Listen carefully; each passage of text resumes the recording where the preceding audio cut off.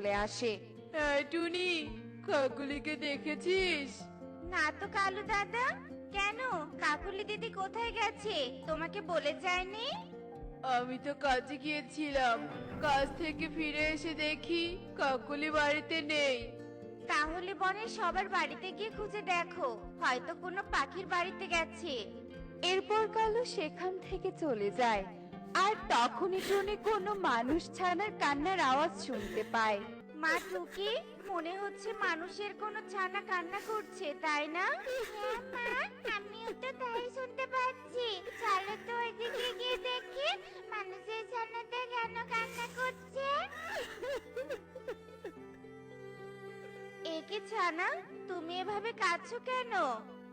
আমার মা জঙ্গলে সকালে বাঁশ কাটতে গেছে, কিন্তু এখনো বাড়ি ফিরছে না। তাই নাকি? আচ্ছা ঠিক আছে, তুমি আমার সাথে জঙ্গলে চলো, আমি তোমার মাকে খুঁজে বের করব।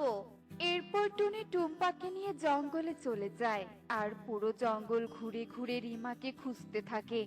কিন্তু তারা কোথাও রিমাকে খুঁজে না পেয়ে ক্লান্ত হয়ে একটি গাছের নিচে বসে পড়ে। আর সেখানে সেই খরগোশ ছানাটি চলে আসে। তোমরা জঙ্গলে ঘুরে ঘুরে কি করছো গো?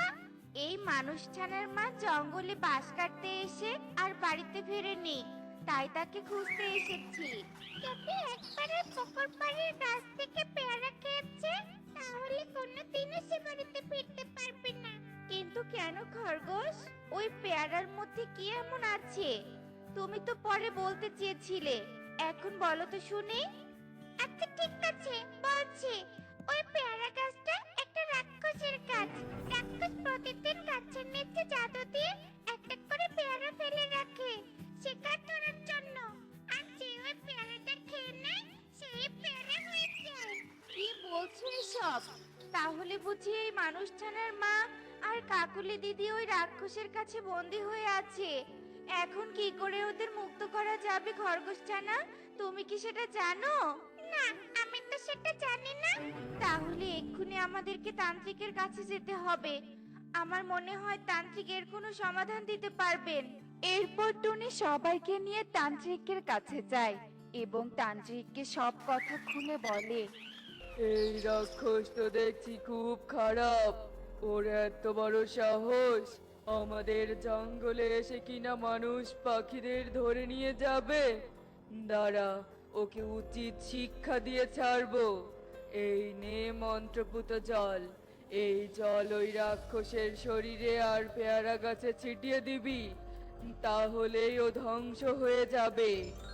আচ্ছা ঠিক আছে তান্ত্রিক বাবা, আপনাকে অনেক ধন্যবাদ। এরপর টুনি মন্ত্রপুত জল নিয়ে পুকুর পাড়ের পেয়ারা গাছের কাছে চলে আসে। আমি গাছে উঠে পেয়ারাগুলো পাড়ছি, আর পেয়ারা পাড়ার শব্দে যখন রাক্ষস এখানে আসবে, তখনই তোমরা এই জলগুলো রাক্ষসের শরীরে ছিটিয়ে দিবে, কেমন? আচ্ছা ঠিক আছে টুনি মাসি।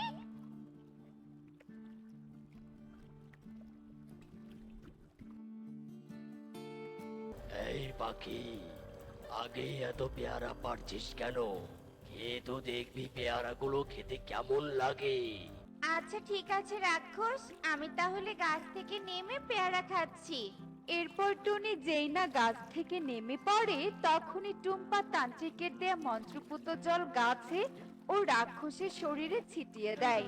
আর সাথে সাথে রাক্ষস ও গাছ ধ্বংস হয়ে যায় এবং পেয়ারাতে যারা বন্দী ছিল তারা সবাই মুক্ত হয়ে বেরিয়ে আসে। পাখি, তোমাকে অনেক ধন্যবাদ। তোমার জন্য আমরা সবাই রাক্ষসের হাত থেকে মুক্তি পেলাম। মা টুম্পা, আমাকে খুঁজতে তুইও এখানে চলে এসেছিস। হ্যাঁ মা, তুমি বাড়ি না ফেরায় আমি অনেক কান্না করেছি, কিন্তু কাকুলি দিদিকে তো এখানে দেখতে পাচ্ছি না। মা, আমরা যে আমাদের বনে একটা পেয়ারা ফেলে দিয়েছিলাম, কাকুলি মাসি ওই পেয়ারা খেয়ে যদি ওখানে পেয়ারা হয়ে থাকে, তাহলে এখানে কি করে দেখতে পাবে? হ্যাঁ রে মা, তুই ঠিক বলেছিস, খেতেও পারে। চল চল তাহলে বনে গিয়ে দেখি কাকুলি দিদি মুক্ত হয়েছে কিনা। আমি তো কিছুই বুঝতে পারছি না কালু। এই ফল খেয়ে পেয়ারা হয়ে গিয়েছিলাম, আবার একা একাই পাখি রূপে চলে আসলাম। সব হয়েছে আমার জন্য কাকুলি দিদি। আসলে পেয়ারাটা এখানে ফেলে দেওয়া আমার একদম উচিত হয়নি। গর্ত করে মাটিতে পুঁতে দেওয়া উচিত ছিল। মানে টনি, তুই কি সব বলছিস? আমি তো কিছুই বুঝতে পারছি না। তারপর টুনি কাকুলিকে সব কথা খুলে বলে। আসলে টনি, আমিও ভুল করেছি। এখানে পড়ে থাকা ফল খাওয়া আমার একদম উচিত হয়নি। এখন থেকে যেখানে সেখানে পড়ে থাকা ফল খাবো না। আচ্ছা কালু, তুমি না বলেছিলে বিয়ের পর আমাকে একটা ফ্ল্যাট বাড়ি বানিয়ে দিবে? কিন্তু বিয়ের কয়েক মাস কেটে গেল, তবুও তো কোনো ফ্ল্যাট বাড়ি পেলাম না। তবে কি তুমি আমাকে মিথ্যে কথা বলেছিলে? না কাকুলি, আমি তোমাকে মিথ্যে বলতে যাব কেন? তুমি কোনো চিন্তা করো না, আমি তোমাকে খুব তাড়াতাড়ি একটা ফ্ল্যাট বাড়ি বানিয়ে দিব। কাকুলি দিদি, আমি কাজ করতে এসে গেছি। এবার বলো তো আমাকে কি কি কাজ করতে হবে? আমি তোমার সব কাজ অনেক সুন্দরভাবে করে দিচ্ছি। তোকে আর কাজ করতে হবে না টুনি, তুই তোর দুই সন্তানকে নিয়ে কালকের মধ্যে ওই জমি ছেড়ে চলে যাবি। কেন কালু দাদা? আমি আমার স্বামীর ভিটে বাড়ি ছেড়ে চলে যাব কেন? ওইটা যে এখন আর তোদের ভিটে বাড়ি নয় রে টুনি। টোনা যখন তোদের বাড়ির পাশের জমিটা বিক্রি করেছিল, তখন আমি টোনাকে ঠকিয়ে তোদের সব জমি আমার নামে লিখে নিয়েছি। হা, হা, হা, হা, হা। তোমরা আমাদেরকে ঠকিয়ে ঠিক করনি কালু দাদা। আমি এখন আমার ছোট ছোট দুই সন্তানকে নিয়ে কোথায় যাব? আমাদেরকে ঠকিয়ে তোমরা কখনো সুখে থাকতে পারবে না। এরপর টুনি কাঁদতে কাঁদতে সেখান থেকে চলে যায়। আর এভাবে দেখতে দেখতে সেই দিন কেটে যায়।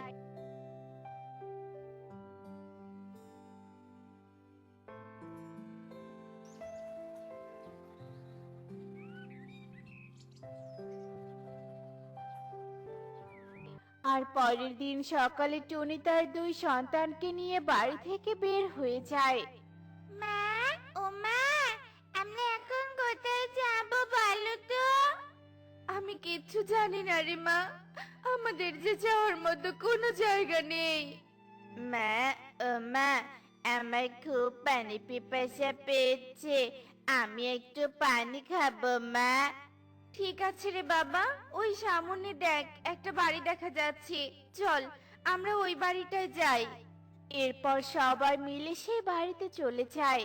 আর সেখানে গিয়ে বাড়ির অবস্থা দেখে বলে, মা, ও মা, এখানে তো অনেক মাকড়সা বাসা বেঁধে আছে। আবার বাড়ির ভিতরে কতগুলো ধুলোবালি জমে আছে। আমার মনে হয় এ বাড়িতে কেউ থাকে না। তাহলে কি এখানে একটু পানি পাওয়া যাবে না? আর আশেপাশে তো অন্য কোনো বাড়িও দেখতে পাচ্ছি না। মা, ও মা, আমি পানি খাবো মা, আমাকে একটু পানি দাও। বাবা রকি, ওই দেখ ওই কলসিতে পানি আছে, যা গিয়ে খেয়ে নে। এরপর রকি পানি দেখে অনেক খুশি হয়ে যায় আর তাড়াহুড়ো করে কলসির কাছে চলে যায় আর পানি পান করতে থাকে। এদিকে টুনি বাড়ির চারপাশটায় তাকিয়ে দেখে। সত্যি মনে হয় এই বাড়িতে কেউ থাকে না। তাই এই বাড়িটা ভালো করে পরিষ্কার করে কয়েকটা দিন এখানেই থাকতে হবে। চলো মা, আমার পানি খাওয়া শেষ, এখন আমরা চলে যাই, চলো। না রে বাবা, আজকে থেকে আমরা এই বাড়িটাতেই থাকবো। আর শোন, এই বাড়িটা এক্ষুনি পরিষ্কার করতে হবে। তোরা আমাকে একটু সাহায্য কর, কেমন? আচ্ছা ঠিক আছে মা, আমরা তোমাকে সাহায্য করছি। এরপর টুকি, রকি ও টুনি মিলে সেই বাড়িটা পরিষ্কার করতে থাকে। আর কিছুক্ষণের মধ্যেই তারা সেই বাড়িটা অনেক সুন্দর করে পরিষ্কার করে ফেলে। আর এভাবে দেখতে দেখতে সেই দিন কেটে সকাল হয়ে যায়।